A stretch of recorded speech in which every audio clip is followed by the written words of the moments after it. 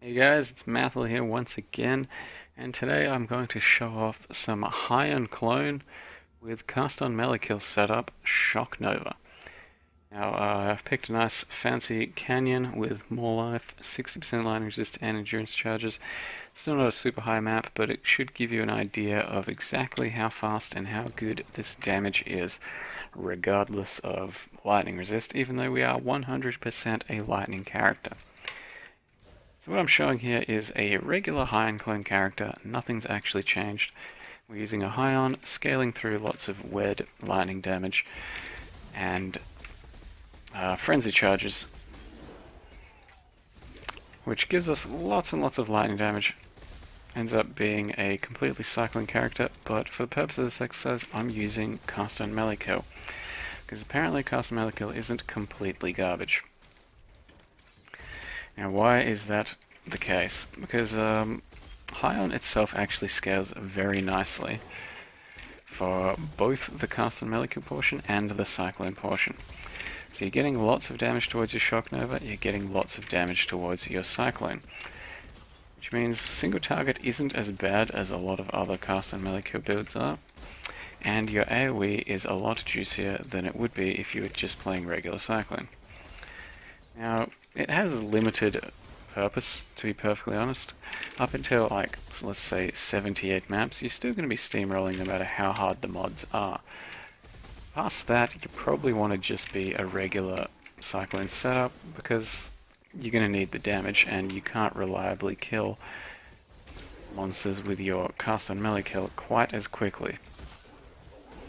On top of that, single target becomes quite an issue on bosses, for example, because right now I don't really bother specking out of, not specking, but rearranging my gems based on what I fight. I just spin through it anyway because it's a little bit slower than the pure single target setup, but it just doesn't really matter. Now, the actual HyaonClone Cyclone setup without Castle Melikill is stronger than ever and really is quite insane DPS now. Considering I'm on a 5 link, I have much more DPS than I ever did before in previous versions of HyaonClone, and my sustainability is infinitely better thanks to the Vinctus Flask. Vinctus is somewhat of a luxury, but a very, very good one. You don't have to have one because you can survive through the use of a Life Leech gem, or Life Leech from the Duelist area, or a Life Gain on Hit gem. The Vinctus saves you all of that, and keeps you up, or basically makes you immortal as long as it is up. When it's down, you have to rely a good bit on your life flask and just avoiding damage. Looks like we found ourselves a Yorge. So there you go, that was a pretty quick run on a fairly tanky map. Did just then find a gorge, so fuck it, we'll run that to real quick. What do we got? Yeah, that's a pretty nice map. Vulnerability doesn't really affect me, minus max doesn't really affect me, especially thanks to Vinctus, and monster damage doesn't really affect me. So even though Hyon itself has 3% increased damage taken per frenzy charge, you'd think that's quite a lot, 24% with 8 charges. It doesn't seem to matter much because of the large amount of evasion, dodge, spell dodge, all of that we get. As well as that, we have a Fortify on demand with attached to single target frenzy and Whirling Blades. So as you can see on a map without any sort of negatives to our damage, no resists or curse immunity or endurance charges, whatever it may be, Cyclone pretty much one-shots, and then Shock Nova pretty much one-shots. It actually ends up being a very, very fast build. So for the past 20 levels, I'm now level 89, for the past 20 levels I've been maintaining roughly 200 million XP an hour, even doing some less desirable maps. And in that time I've died maybe once or twice, just to a few random factors here or there. But the build itself is rather safe in this current state. Rarely am I taking damage or nearly dying or anything of that sort. HyaonClone is just that strong at the moment, and considering Hyon itself costs a few chaos, At least prior to this video it does anyway. It's still just absurd. It's a very underrated item, I would say.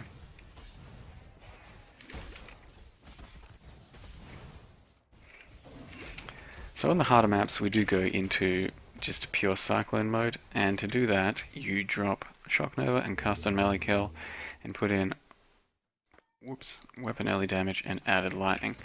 That boosts your cyclone damage very substantially and just gives you absurd damage. Because as you can see right now I have quite an overkill of damage already on my cyclone. It only feels slow on bosses, which you'll see quite shortly. But if you sub in a proper cyclone setup and a conk effect over the increased area, it becomes a super high damage single target build. High enough so that I think it should be able to do Uber.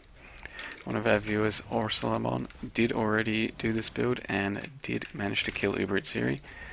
I'm still figuring out a few of the kinks of the build before I have a go, because it should still be pretty hard, but I do think it's doable. So that's a boss kill with the cast on melee kill setup. So technically that's just a 3-link. Not even, because we use increased area. That's just Cyclone and Lightning Pen. The normal setup, as I said, is Weapon Ellie and added Lightning as well. Gives me 28k Cyclone tooltip prior to Frenzies. With Frenzies it goes up to about 58k, I believe. And then with Conk Effect that just about doubles, something stupid like that. And bear in mind that is also not including Lightning Penetration and Conductivity, which pretty much double your damage together. So all in all, we do end up having absolutely insane damage for the cost of a very cheap weapon. Now the rest of the build itself is fairly low requirement. A Soul Taker is not completely essential, but I do think it's the best option for the build, just to free up all of your mana for reservation to get Herald of Thunder, Wrath, and a Blasphemy.